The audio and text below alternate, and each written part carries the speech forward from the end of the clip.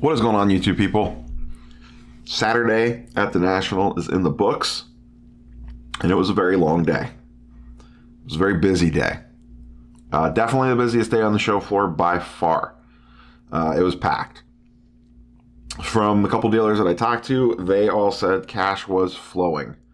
And cash was definitely king. I'll do a video later in the week once I have time to process everything about some general takeaways, like more macro level takeaways from the show. But cash was definitely king on the show floor. That was 100% the general theme.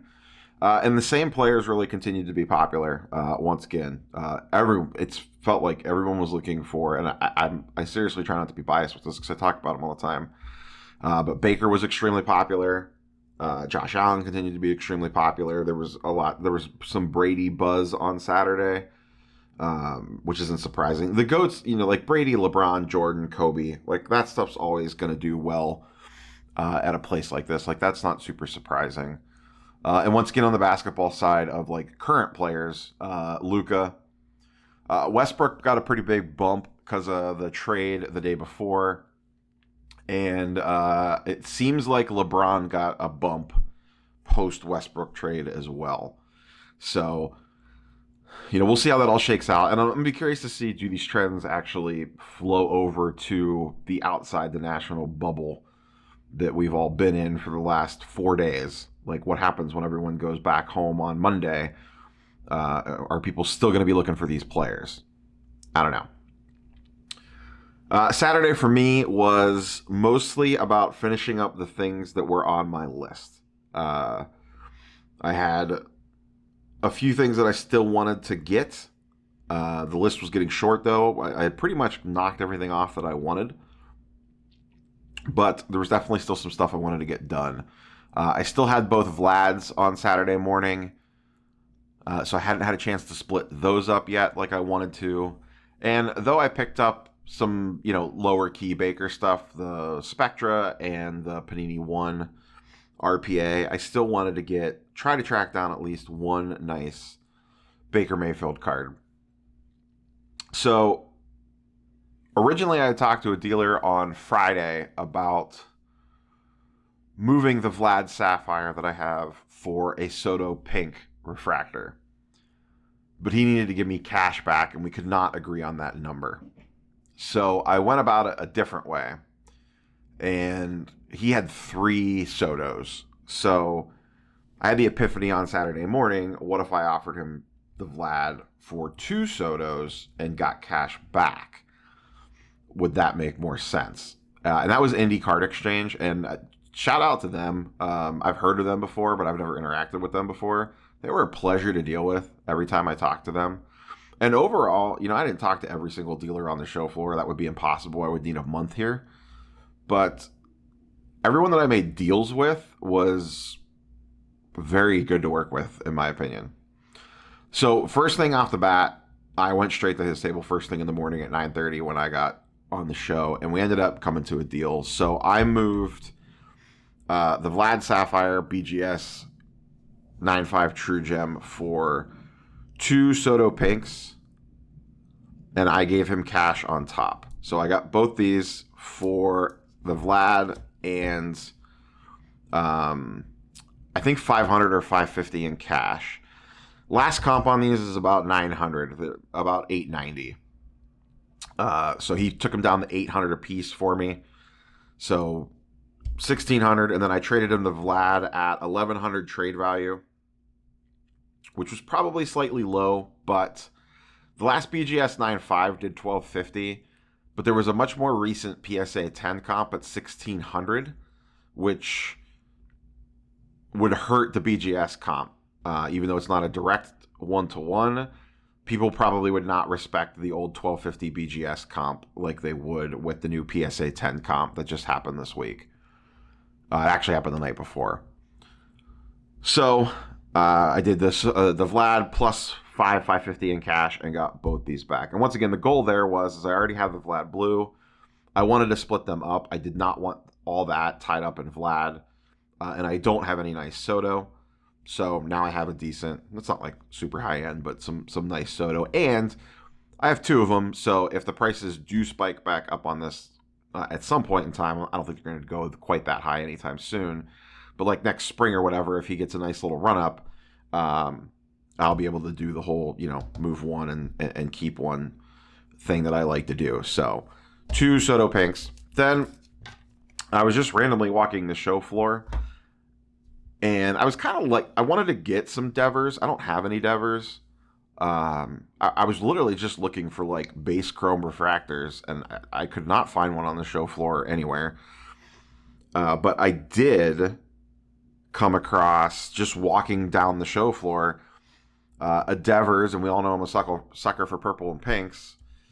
This just chilling in someone's case. And I walked by, I caught my eye, and I swung off, looked at it, and then took a couple steps away and checked comps because I was not familiar with comps on this. They had it tagged at 325, and to me that seemed a little low, just given that his base refractors are like around 170, 180, and this is out of 299 and probably fairly low pop. So I checked, and one had just sold for like $500 a couple days earlier. So I went back, and like I said, he had it stickered at 325, and the guy said, he's like, I just picked this up from somebody. And I was like, would you just do 3 cash? And he's like, yeah, perfect, that's fine. He's like, that sounds completely fair. So, even if the $500 comp's not a good comp, I feel perfectly fine about this for $300. I have no Devers, so now I have a little piece of Devers, and it's a lower pop. And I'm a sucker for the the purples and the pinks is what it is. So pick that up. And then that was the only other pickup from the show floor. There was a Baker that I was eyeing up that I kept going back and forth on. It was a Contenders Optic. I was really looking for an RPA, but I couldn't find. They were either too low end, like the Panini one, which I already had, or too high end, like NT. There was a lot of NT Baker RPAs on the show floor, but that's a 10 to 20K card depending on the grade. And I'm not about that life. So I found a Contenders Optic Orange auto, which is out of 25, and a BGS 9510 True Gem Plus. And his price was pretty reasonable, and I kept thinking about it. I looked at it a couple different times, and I looked at it one last time before I was actually about to buy it. I'll see if I probably don't have the ability to put the photo up on the screen just with the setup that I have. But there was a bunch of surface marks on it. And it looked like they were on the card, but it had a 10 surface grade on the card. They were not on the slab. I took it out of the team bag. I tried to feel around, but it was definitely not on the case. And it's hard to tell if it was on the inner sleeve on a BGS slab. It was really tough to tell, but I just don't see how it got a 10 surface if it wasn't on the inner sleeve. So I don't know if something happened during encapsulation or what, but as soon as I noticed that, and I asked Steeler about it, and he's like, well, you can get it reslabbed. And this was the one guy that I probably worked with that I didn't like his attitude the most. And I'm like, yeah, but that's a whole other host of shenanigans and problems I don't want to deal with. And I walked away. Something didn't feel right. And I don't think he was trying to do anything shady or anything at all. But, you just look at a card and sometimes you get a gut feeling about it. So I walked away because either I was going to have to reslab it or it was going to be a problem for me down the road. Because the second I would ever go to resell it, if I ever did, it was going to cause me a problem 100%. So I walked away from that. There's a much longer story behind this next thing, but I will save that for another video or when I'm on with Steve. So we did come to terms late. So essentially what happened was, show wrapped up, we grabbed dinner, and then chilled in the room for a little bit. And then I headed down to Lowe's, which is the next hotel down, or Lowe's. I don't know how you say it, but everyone just calls it Lowe's, like the hardware store. And that's been the hotbed for trade night action. So I go down there, and normally people are just piled up in the lobby, and there's a long hallway. And people literally just grab tables out of conference rooms and set up, and it literally turns into like a trade night almost slash card show, because basically what people do is just lay all their cards out on a table. The people that get table space by literally just grabbing tables, and then people walk up and down the aisles, and it's literally just like a card show. So the previous night, Friday night, like you couldn't even walk through the hotel lobby, and like I legit felt bad for just normal guests trying to get in and out of the hotel. So I had just gotten there, and there was, all the tables were filled up that were there, and then I saw someone wheeling one down a hallway. So I went to explore, and I found a conference room with a locked door, but one of the doors was like partially open. So I got in there, and lo and behold, there was a bunch of tables in there, and I went to wheel one out, and it wouldn't fit through the door. So I had to flip it on its side and like navigate it through the door, because it was a set of double doors, and the second door was locked, and I could not get it open. And I was partially worried I was going to get locked in this conference room. So I get the table out, I get set up, and then right after I get set up, the Lowe's Hotel kicked everyone out of the front lobby and said they had this long hallway that went back to their conference room center, and it was like they had a big like a lobby inside a lobby, like between their two main conference rooms was a big open area, like to host like hors d'oeuvres or something, like a mingling thing, like if you were having something in the conference room. So everyone got forced out of the main lobby, went running down the hallway, and then they all started busting in these doors basically to get tables. And all of a sudden, it legit turned into, I don't know, 125 table card show in the Lowe's Hotel from about 7 p.m. until about, I don't know, I left at 1 and it was still going strong. Which was interesting. It was one of the wildest things I think I saw the entire week, to be quite honest with you. So, long story short, Flipping Steve came down there, and he had, anyone that follows both of our channels, he had the Baker Flawless RPA, which I was able to obtain from him. So, the much ballyhooed Baker Flawless that me and Steve joked about for weeks, it seems like, is not going back with Steve. It is coming back to Ohio with me, where it rightfully belongs. Let's be honest. So we were able to come to a deal on this, but there is, like I said, there is another much more interesting / funny story on this that I'll save maybe for his. I don't know if he's going to do his live stream on Monday night. Maybe I'll pop onto that or have him on to tell the story behind this, because there's a funny 15 minutes involving this card.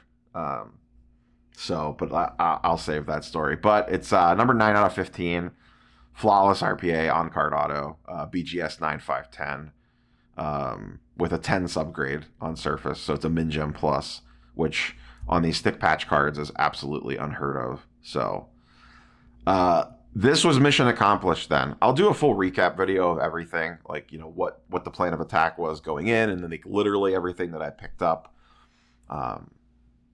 sometime early or middle of this upcoming week here.